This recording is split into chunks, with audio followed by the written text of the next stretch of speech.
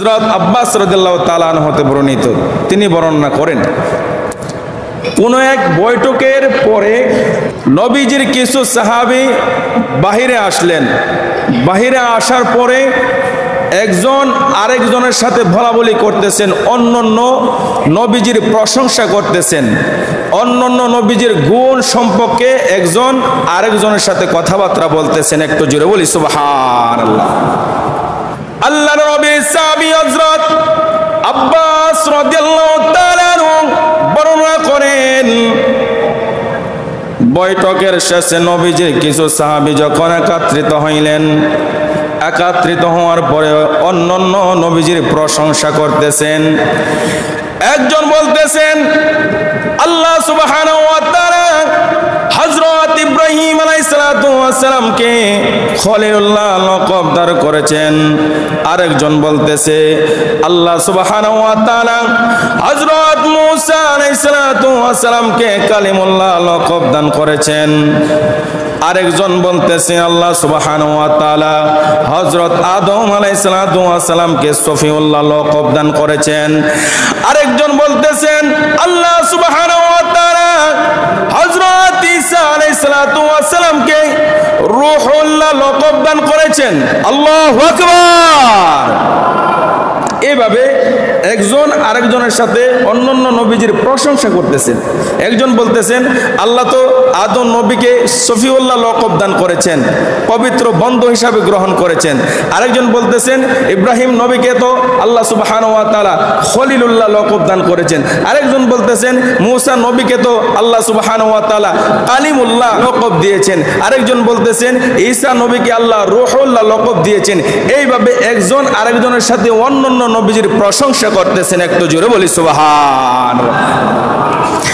সাহাবায়ে কেরাম যখন অন্যান্য নবীর প্রশংসা করতেছেন, এমত অবস্থায় তাদের সামনে আপনি আমার নবী দোজাহানের বাদশা রহমাতুল লিল আলামিন হাজির হয়ে গেলেন। মায়ের নবী ডাক দিয়া বলেন সাহাবীরা রে, ও আমার সাহাবীরা, তোমরা এতক্ষণ পর্যন্ত যা বলতেছো আমি রহমাতুল লিল আলামিন নিজ কান মোবারকে শুনেছি। সুবহানাল্লাহ বলবেন না? বলেন না আল্লাহু আকবার। রহমাতুল লিল আলামিন ডাক দিয়া বলেন সাহাবীরা, তোমরা এতক্ষণ পর্যন্ত যা বলেছো আমি রহমাতুল লিল আলামিন নিজ কান মোবারকে শুনেছি। রহমাতুল লিল আলামিন বলেন সাহাবীরা শোনো, আমার আল্লাহ সুবহানাহু ওয়া তাআলা আদম নবীকে সফিউল্লাহ লকব দিয়েছেন সত্য, মূসা নবীকে কালিমুল্লাহ লকব দিয়েছেন সত্য, ইব্রাহিম নবীকে খলিলুল্লাহ লকব দিয়েছেন তাও সত্য, ঈসা নবীকে আল্লাহ সুবহানাহু ওয়া তাআলা রূহুল্লাহ লকব দিয়েছেন, আল্লাহর খাস রূহ লকব দিয়েছেন তাও সত্য। নবী ডাক দিয়া বলেন সাহাবীরা শোনো গো, তোমরা তো জানো না আমি নবীকে আল্লাহ সুবহানাহু ওয়া তাআলা হাবিবুল্লাহ লকব দান করেছেন। বলেন না সুবহানাল্লাহ? জোরে বলেন না আল্লাহু আকবার। নবী বলেন এ সাহাবীরা, এতক্ষণ পর্যন্ত তোমরা যা বলছো সব সত্য বলছো, কিন্তু তোমরা জানো না যদিও আল্লাহ আদম নবীকে সফিউল্লাহ লকব দিয়েছেন, মূসা নবীকে কালিমুল্লাহ লকব দিয়েছেন, ইব্রাহিম নবীকে খলিলুল্লাহ লকব দিয়েছেন, ঈসা নবীকে রূহুল্লাহ লকব দিয়েছেন।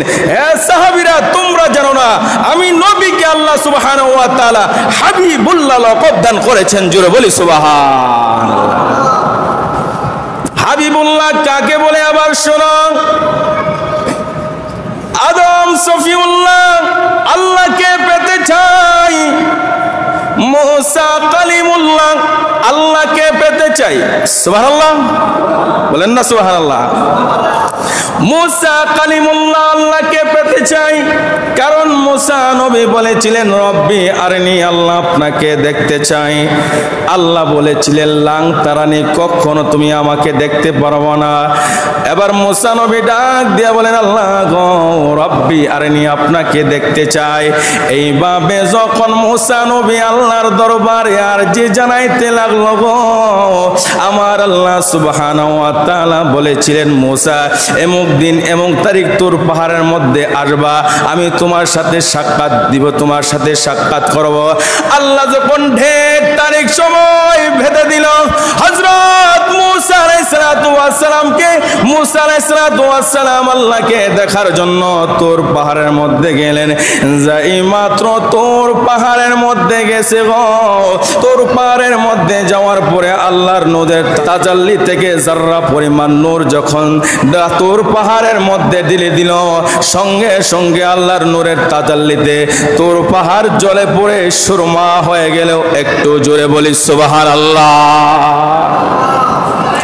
আল্লাহর নূর থেকে যাররা পরিমাণ নূরের তাজাল্লি যখন তোর পাহাড়ের মধ্যে ঢাললো, মুসা নবী বেহুশ হয়ে গেল, তোর পাহাড় জোরে পড়ে সুরমা হয়ে গেল। একটু জোরে বলি সুবহানাল্লাহ। মুসা নবী আল্লাহকে দেখতে পারে নাই, তোর পাহাড় জ্বলে গেছে, কিন্তু মুসা নবী জ্বলেন নাই, শুধু বেহুশ হয়েছে। এখানের মধ্যে হাকিকত আছে না নাই? জোরে বলুন, আছে না নাই?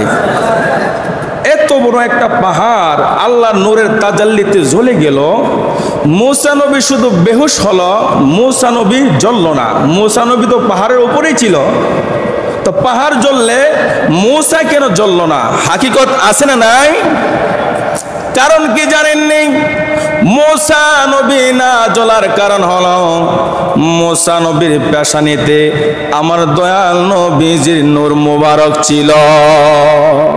সুবহানাল্লাহ বলবেন না? দয়াল নবীজির নূর থাকার কারণে মুসা নবী জ্বলে না। মুসা নবী আল্লাহকে চাই, ঈসা রুহুল্লাহ আল্লাহকে পেতে চাই। রহমাতুল লিল আলামিন বলেন, সাহাবীরা সমস্ত নবী রাসূলুল্লাহ আল্লাহকে পেতে চাই, কিন্তু আমি এমন একজন নবী এবং রাসূল, আমি নবীকে স্বয়ং আল্লাহ পেতে চাই।